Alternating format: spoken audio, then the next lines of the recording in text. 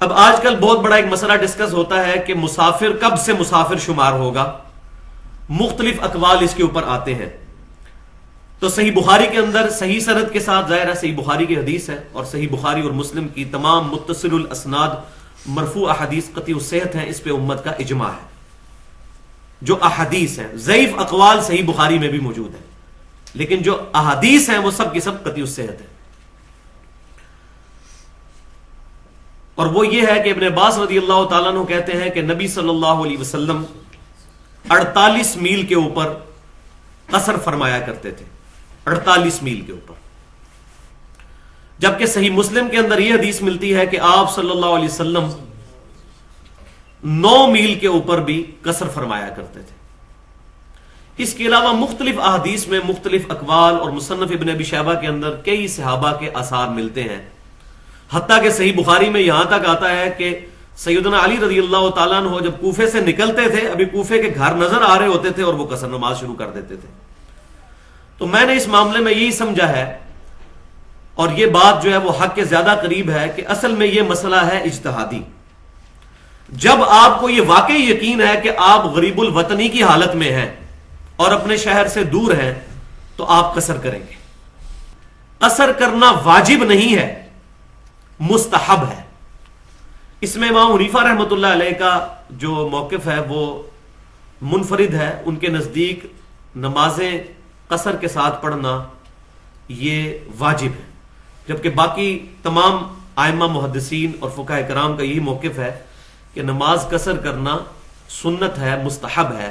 اگر کوئی نہیں کرتا تو وہ گنہگار نہیں ہوگا. انشاءاللہ میں حدیث بھی اس پہ پیش کر دوں گا. تو سفر جو ہے، اگر آپ خود سمجھ رہے ہیں کہ یہ واقعی سفر ہے تو اس سفر کے اوپر قصر کریں.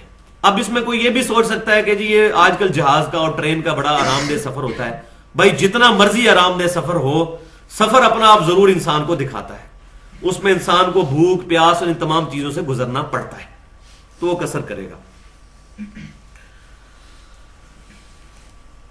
اب دوسرا مسئلہ اس کے اندر یہ آتا ہے، ایک تو یہ مسافت کا، دوسرا ہے مدت کتنی ہو. تو اس میں صحیح بخاری کے اندر سیدنا عبداللہ بن عمر رضی اللہ تعالیٰ عنہ سے روایت ہے کہ آپ صلی اللہ علیہ وسلم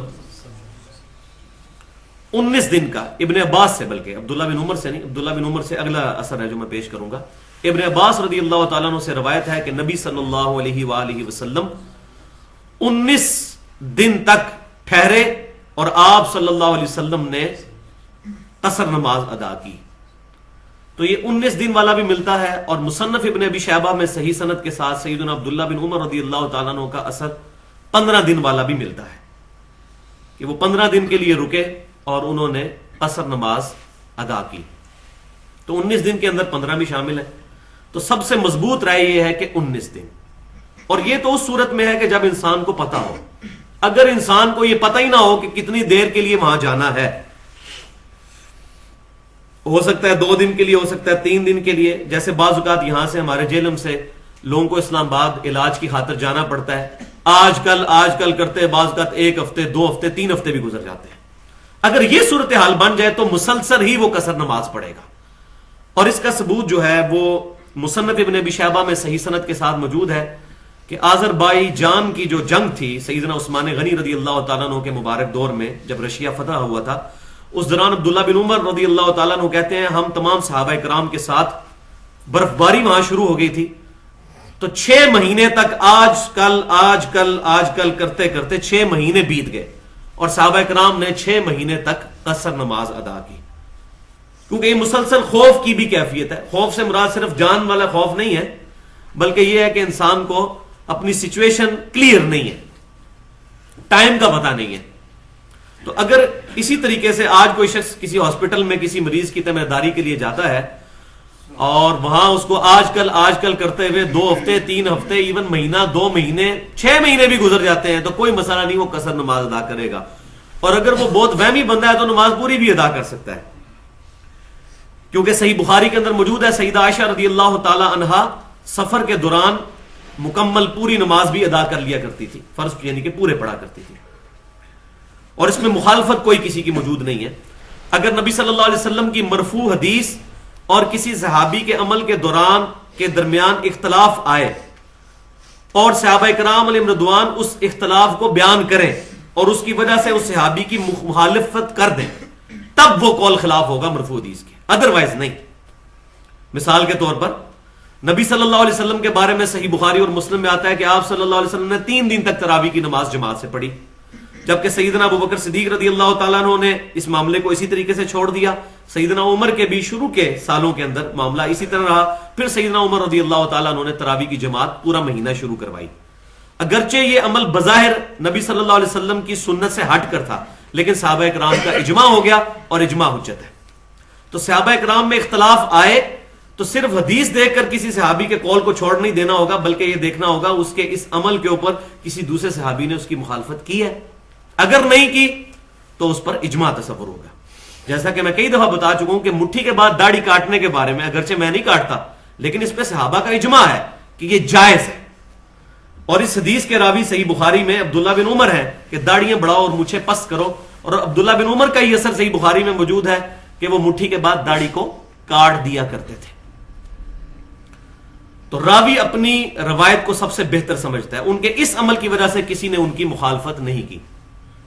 بخاری میں تو موجود ہے کہ حج اور عمرے کے موقع پر، اور الموطا امام مالک کے اندر یہاں تک موجود ہے کہ سیدنا عمر رضی اللہ تعالیٰ عنہ نے جس سال حج کرنا ہوتا تھا اس سال رمضان سے لے کر حج تک داڑھی نہیں کاٹا کرتے تھے۔ کیا مطلب؟ ویسے کاٹا کرتے تھے لیکن اس سال نہیں کاٹا کرتے تھے، رمضان سے لے کر حج تک۔ تو مطلقاً عبداللہ بن عمر کاٹا کرتے تھے۔ مصنف ابن ابی شیبہ میں موجود ہے سیدنا ابو ہریرہ رضی اللہ تعالیٰ عنہ یہ والے بال بھی صاف کیا کرتے تھے، یہاں یہ والے بال جو ہے۔ تو اس معاملے میں کوئی بہت زیادہ سختی نہیں کرنی چاہیے، بلکہ جب سے وہ شمائل ترمذی کی حدیث سامنے آئی ہے وہ تو معاملہ بالکل کلیئر ہو گیا۔ دنیا میں ایک ہی حدیث ہے صحیح سند کے ساتھ جو بتاتی ہے کہ نبی صلی اللہ علیہ وسلم کی مبارک داڑھی کتنی تھی، وہ شمائل ترمذی کے آخری چیپٹر میں ہے کہ نبی صلی اللہ علیہ وسلم کو خواب میں دیکھنے کا بیان۔ ایک تابعی آگے عبداللہ بن عباس رضی اللہ تعالیٰ عنہ کو کہتے ہیں کہ میں نے نبی صلی اللہ علیہ وسلم کو خواب میں دیکھا، اور یہ تابعی وہ تھے جو کہ قرآن پاک لکھا کرتے تھے، مصحف لکھا کرتے تھے، کاتب تھے۔ تو عبداللہ بن عباس رضی اللہ تعالیٰ عنہ نے فرمایا کہ میں نے نبی صلی اللہ علیہ وسلم سے سنا کہ جس نے مجھے خواب میں دیکھا اس نے مجھی کو دیکھا، میری شکل میں شیطان نہیں آ سکتا۔ یہ صحیح بخاری اور مسلم میں بھی موجود ہے۔ لیکن آپ صلی اللہ علیہ وسلم کی اپنی شکل جو احادیث کے اندر آئی، یعنی آپ کوئی سفید داڑھی میں دیکھتا ہے تو آپ صلی اللہ علیہ وسلم نہیں ہوں گے، کالی داڑھی میں جس طریقے سے احادیث کے اندر آپ صلی اللہ علیہ وسلم کی مبارک شکل آئی ہے۔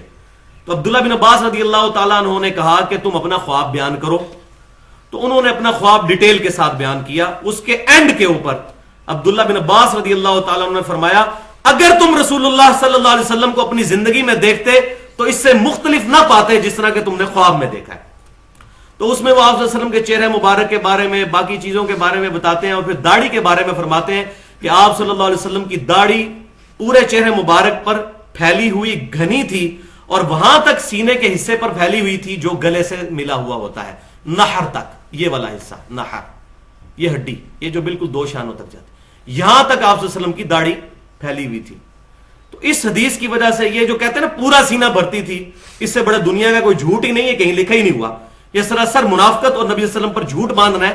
اسی حدیث کا غلط ترجمہ کیا ہوا ہے، حالانکہ دارالسلام نے بھی بالکل صحیح ترجمہ کر دیا ہے۔ نہر بھائی ڈکشنری میں دیکھ لیں، اس ہڈی کو کہتے ہیں سینے کے ابتدائی حصے والی ہڈی، یہاں تک آپ صلی اللہ علیہ وسلم کی داڑھی تھی۔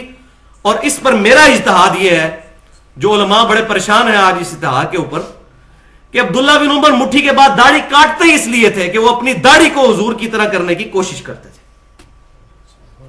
کیونکہ صحیح بخاری کے اندر موجود ہے کہ سیدنا ابن عمر رضی اللہ تعالیٰ عنہ وہاں اپنی سواری بٹھایا کرتے تھے جہاں جہاں نبی صلی اللہ علیہ وسلم نے سفر کے دوران بٹھائی، جہاں آپ صلی اللہ علیہ وسلم رکے وہ وہاں رکتے تھے، ایک ایک چیز کو کاپی کرتے تھے۔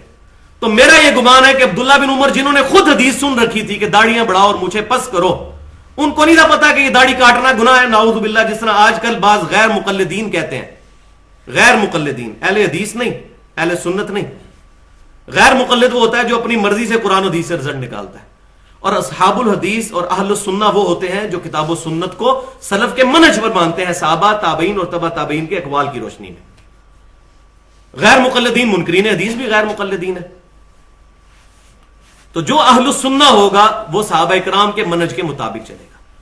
تو اگر کوئی مٹھی کے بعد نہ کاٹے بہت اچھی بات ہے, ہم بھی نہیں کاٹتے, لیکن اس کی بجائے جو لوگ کاٹتے نہیں ہیں وہ حرام کام اس طرح کرتے ہیں کہ اپنی داڑھی فولڈ کی ہوتی ہے اندر, اور لوگ کہہ رہے ہوتے ہیں مٹھی کے بعد کاٹنا حرام ہے, اپنی داڑھی اندر فولڈ کی ہوتی ہے. اور ابو داؤد کی حدیث ہے صحیح سند کے ساتھ کہ آپ صلی اللہ علیہ وسلم فرمایا میں اس شخص سے بری ہوں جو اپنی داڑھی کو گرا لگاتا ہے. اس سے بڑا حرام کام کر رہے ہوتے ہیں وہ, جو واقعی متفقن علیہ حرام ہے, صرف داڑھی کو چھوٹا دکھانے کے لیے. تو بھائی آپ کاٹ لیں مٹھی کے بعد, اگر آپ کو لمبی داڑھی اچھی نہیں لگتی ہے بجائے اس کو فولڈ کرنے کے.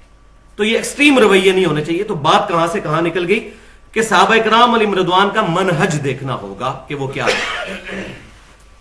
تو صحیح بخاری کے اندر یہ حدیث جو میں نے بیان کر دی کہ 19 دن والی, تو اس سے یہ بات بالکل کلیئر ہو گئی کہ آپ صلی اللہ علیہ وسلم 19 دن تک کے لیے جب رکتے تھے تو آپ صلی اللہ علیہ وسلم نماز کو قصر فرمایا کرتے